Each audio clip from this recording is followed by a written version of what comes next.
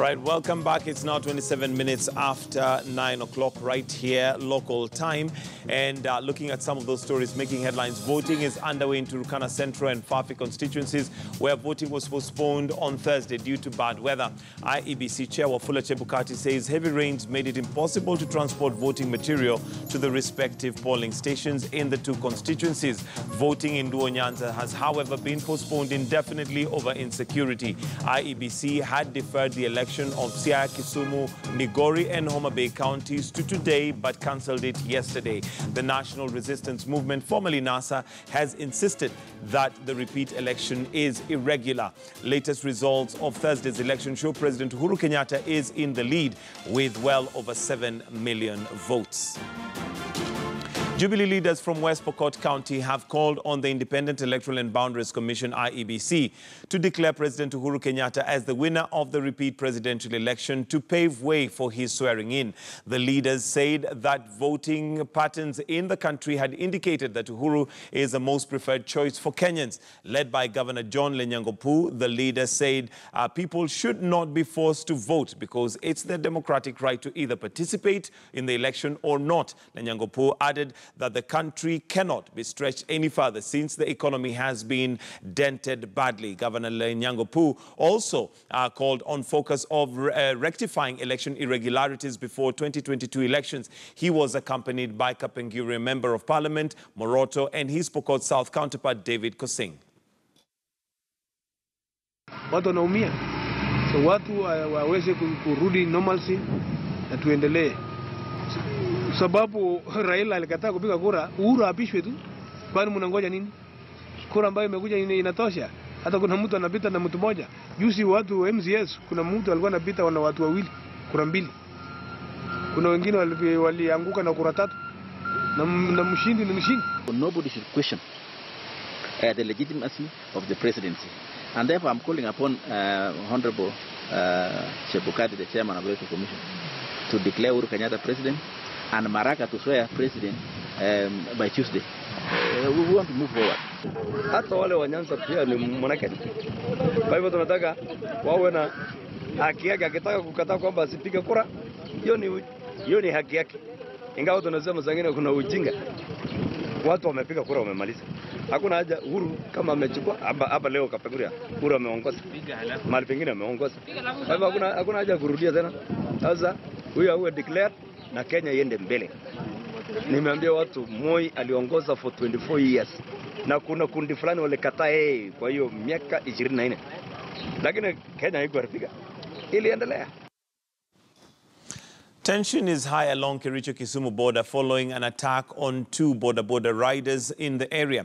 The attack in Kapsitesi Trading Center, as KTN established, has fueled by the ongoing political crisis left two motorcycles destroyed. Kericho Governor Paul Chepkwony called for peace campaigns led by him and his Kisumu counterpart Anyang' Nyong'o to ease tension. Tribal clashes along Kericho-Kisumu border are not a new phenomenon and often end up in loss of life and destruction of property.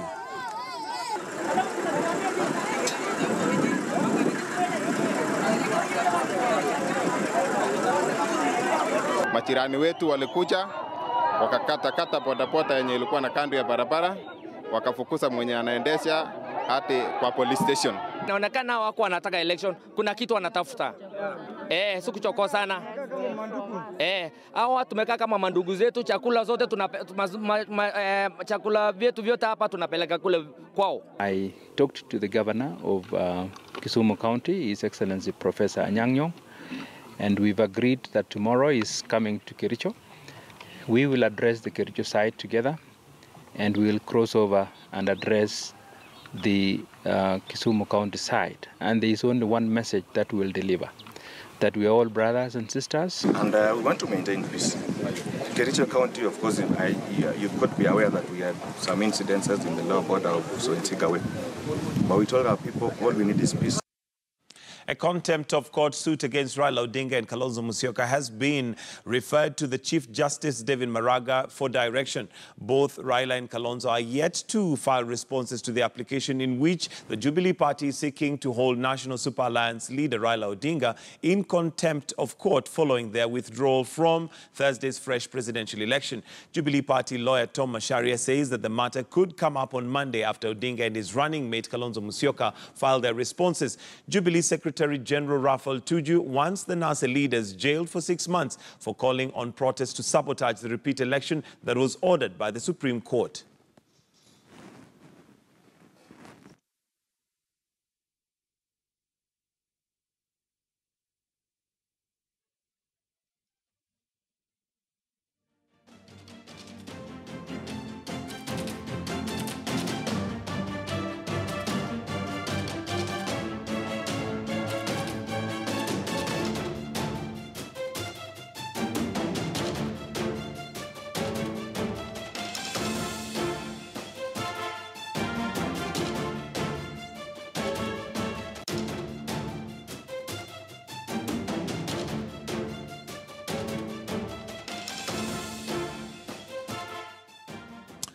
All right, and a quick reintroduction of the panelists that we have this morning just to weigh in on the events as they unfold.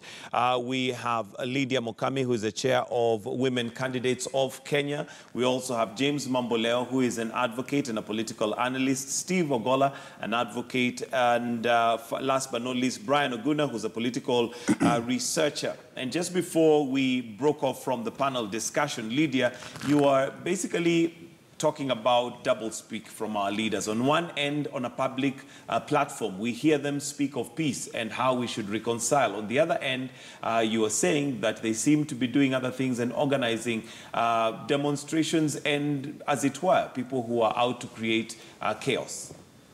Yes, I was saying that, and I'll still continue saying the same. First of all, Michael, I was a candidate in this election, 2017, and I vied in Mwea constituency for Mwea parliamentary seat. And I keep wondering if the law is applied differently to different candidates. Because when I was vying, the law applied was very clear, the code of conduct by IEBC. But when I come to look clearly at the presidential elections, things seem to be applied differently. What is different from what you experienced and what you're saying now?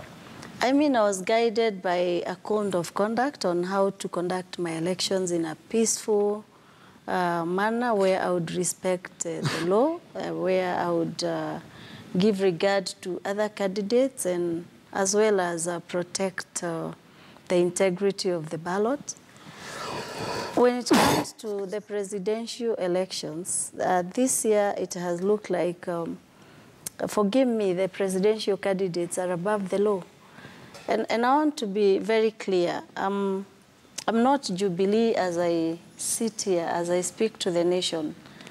I vied as an independent candidate. Of course, I can't say really Jubilee was very fair to me. And I'm not against the Right Honorable former Prime Minister Raila Odinga.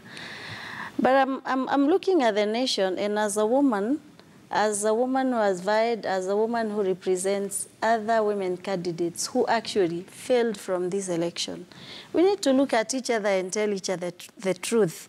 When you're not ready for an election, why not let those that are ready go on? Because looking at this thing from a political perspective, and I as Lydia, as a politician, Honorable Raila Odinga was not ready for this election.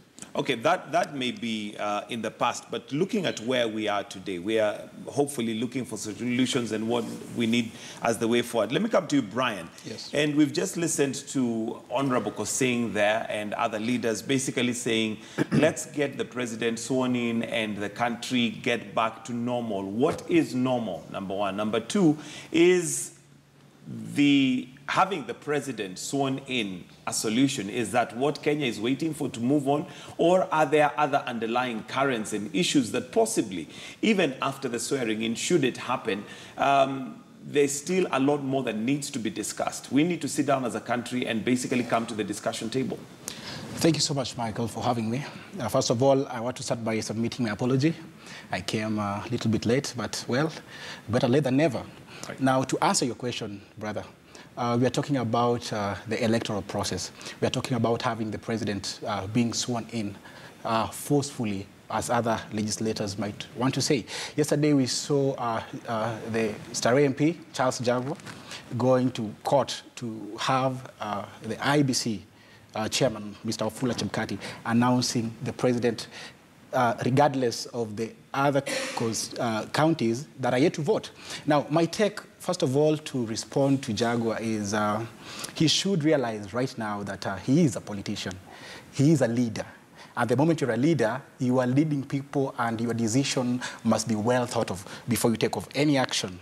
So what I'm saying is he should look across and see what his counterpart in Uganda is doing. His name is Bobi Wine. We need to see at this moment legislations that will empower the artists so that they are not ripped off by MCSK, institutions like MCSK. That is what we need at this point in time. But now, well, to answer your question on normalcy, we saw what happened in Kawangware, and it's really sad, and it must be condemned by all means possible. As a country, we had the mirror of the 2007 post-election violence. There's something about mirror. Mirrors are not only to reflect on what you see. Mirrors are also to correct on what you see. Now, it is upon our responsibility as a nation to really do not repeat on the wrongs that we did. Here are forces that are at the promulgation of the 2010 Constitution, right?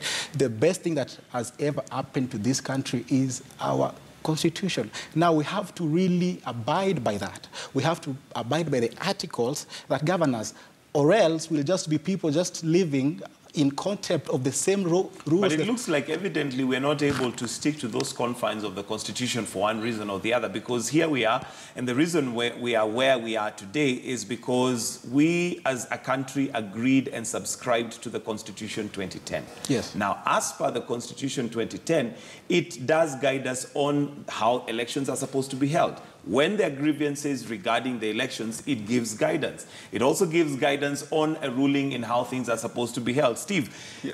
The Supreme Court gave a ruling and said that elections must be held. And they were not giving their timings based on anything other than the Constitution. I think there's something I said, which maybe has gone unresponded to or unattended by Mamboleo, maybe all of us.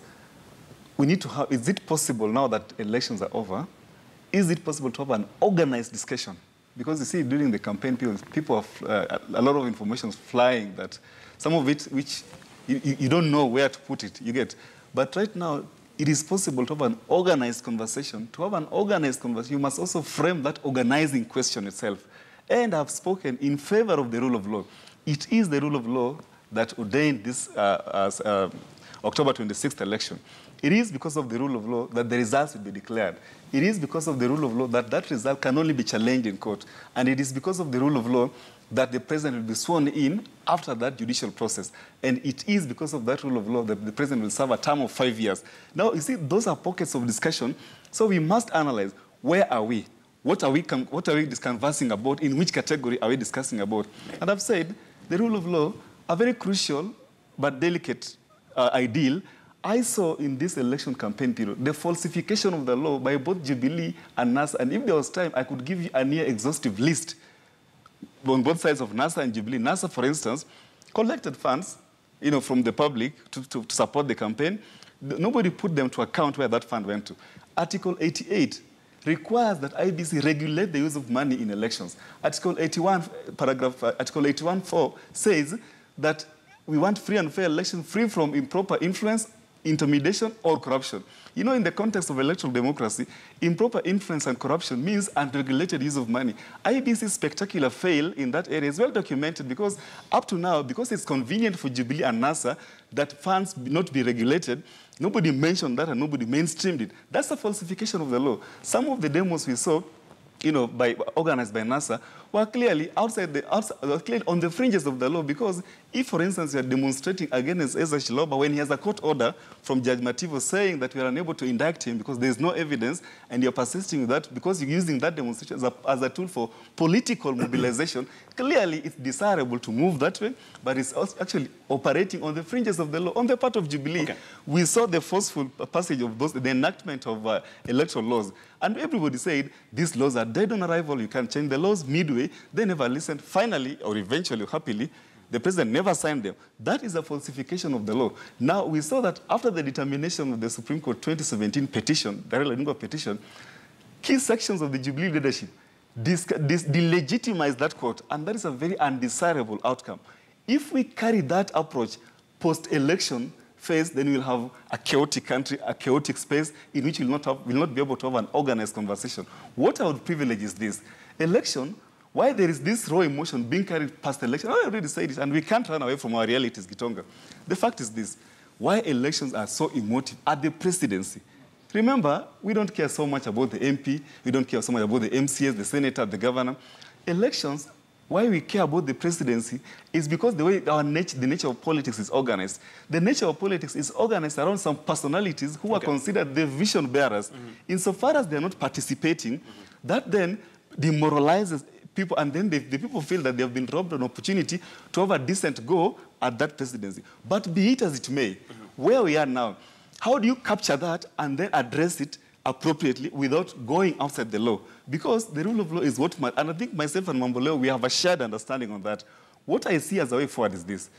After this election, let us not rush each other into a political conversation about building the country. Let us wait. The Constitution says IEBC has 7 days to determine and declare the results. Let IEBC determine and declare. Then we give each other another 7 days, just very important to highlight this, 7 days to see if someone will file an election petition at the Supreme Court. Let us not delegitimize someone who goes to court.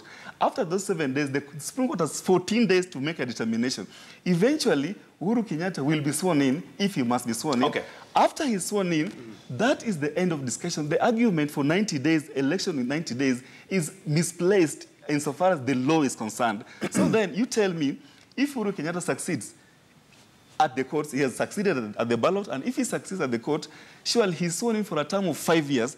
It's not possible to mitigate against that and say, let's have an election within 90 days. We should now reframe that question and say, what is it that we care for? What is it that we care for? Is it that we care that, as Mamboleo was saying, that some of the actors which carry a lot of support politically have been excluded, so that we address that, but we also find out how do we address it within the law. I think isolation of the issues, where they fall, in what category do they fall, then we look for solutions within that level, and you can see what can be done and what cannot be done. All right, evidently there is a way forward that we can map, but for now, before I give you a chance, Mamboleo, to basically weigh in on that, we want to cross over to Timothy Otieno, who is at Engineer Rege's house, which we have information was raided last night. Earlier on, as he was giving us the update, he did mention that it was politically motivated and may have political undertones, this particular raid.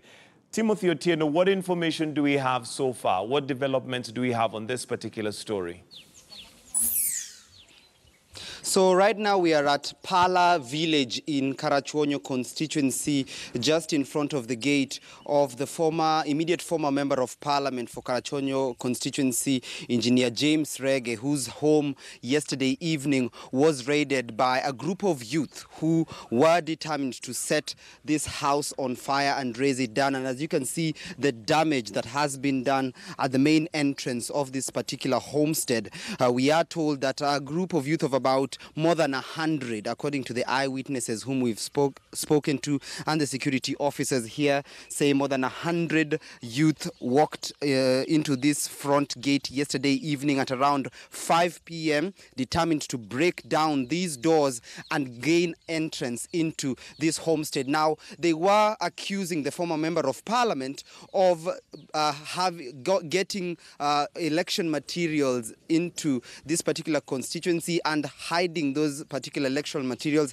at his homestead here in Karachuonyo constituency. Now, he called in police, and police were able to disperse the crowd, and the shots were fired, and unfortunately 4 people were shot, and one of them passed away, a 20-year-old whom we've identified as Victor Muga, who passed away yesterday evening. But just to get and gain more perspective in this regards, I am now joined by James Rege's older brother, who will narrate to us perhaps what happened and what led up to the incidents of yesterday evening. Thank you so much for speaking to KTN News. I'm sure as a family you're shaken, you're rattled. Talk to us. What happened? Thank you very much. Actually, we are very shaken, very rattled. At about 5, as you say, I was at my home, which is facing the road from Pala.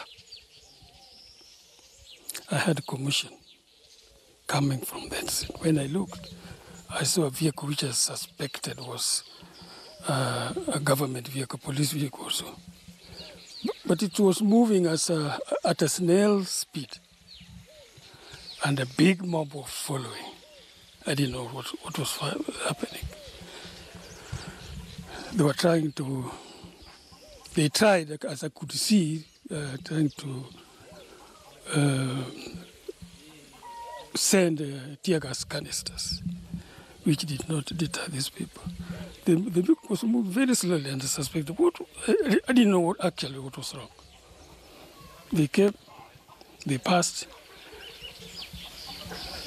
at the gate of my brother, I assumed, because I could know what is happening there. I had the mob, some people trying to break the gate. And I asked the security who were there, and they said, these people are breaking the gate, they want to burn the home. And I said, for what? Because they suspect the materials are there, voting materials. At that point, things went silent. I think the Askaris, okay, they were firing in the air, firing in the air. When it went silent, I had some people come back to start breaking the mabatis, the roadside mabatis. Because of fear, I didn't move out. But that's what I had. Later, I heard that they had broken my brother's gate. They tried to enter, but they were repulsed by the security. And some fires were shot. I don't know what happened thereafter. Later this morning, I'm hearing that some people were shot. All right.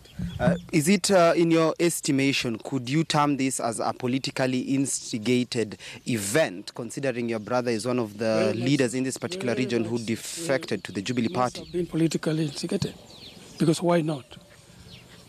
They know my brother is not supporting the NASA or something, but this is a free country. He can support a donkey, support anybody else he wants. But that does not mean his home can be invaded.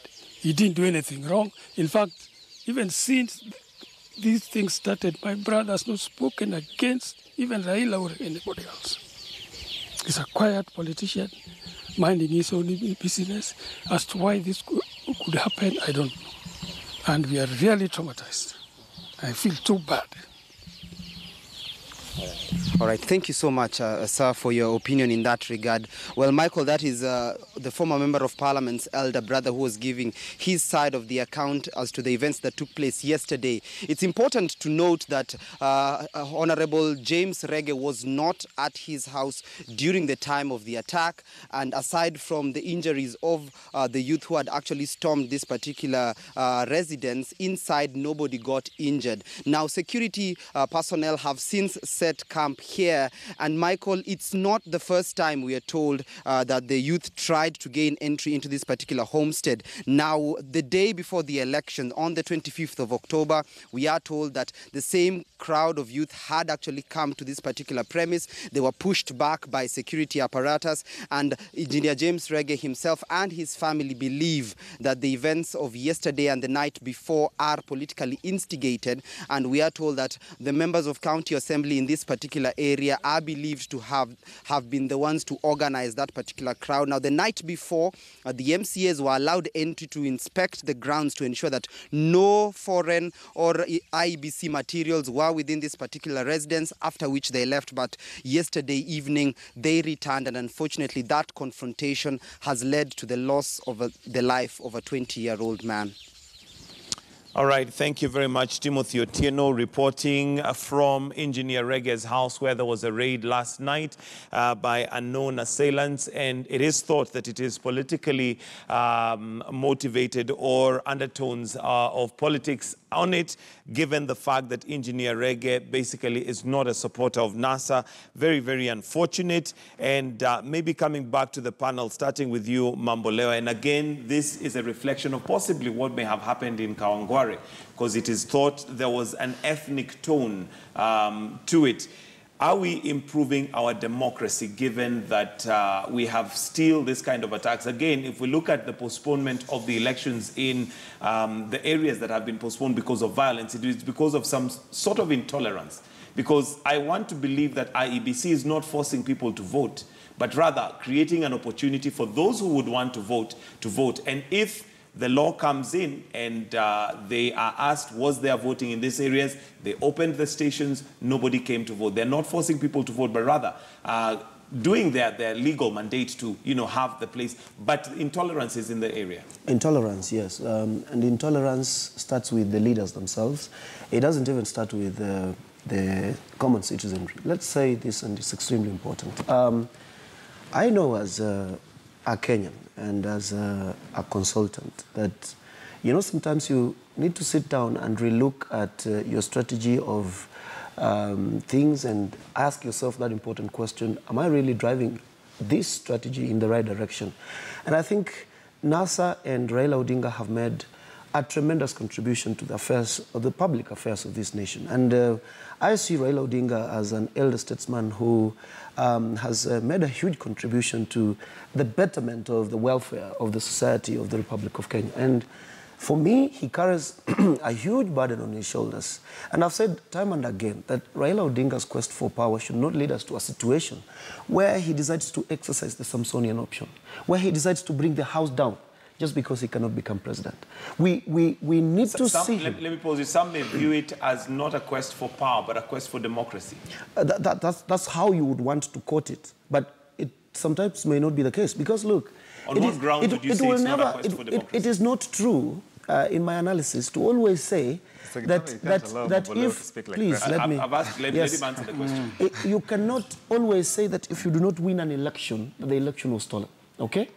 And in my view, the same way you give your supporters hope that we can win this election is the same way you have a responsibility to educate them that in a run like this one, there's that possibility that we may not win the election. But if you start from the premise that if we do not win this election, then it's because this election is stolen, then that will always be a problem. So this is what I want to say in relation to what you're seeing on television. It's extremely unfortunate that individuals will go to attack other people's homes just because they hold a view politically that is different from theirs, okay?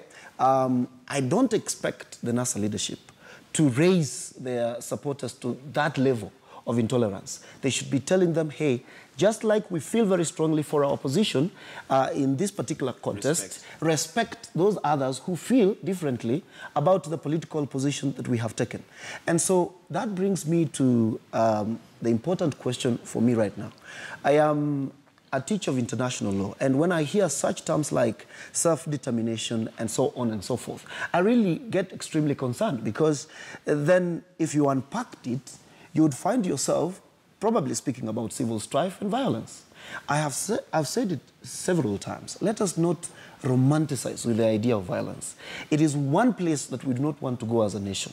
And let it not be deemed that, you know, the process that follows the electoral cycle, the dispute management process, the nullification of the election, and then the repeat election, and the eventual swearing in of the president is something that has been created by some individuals within this country. This is something which is completely enshrined in the Constitution.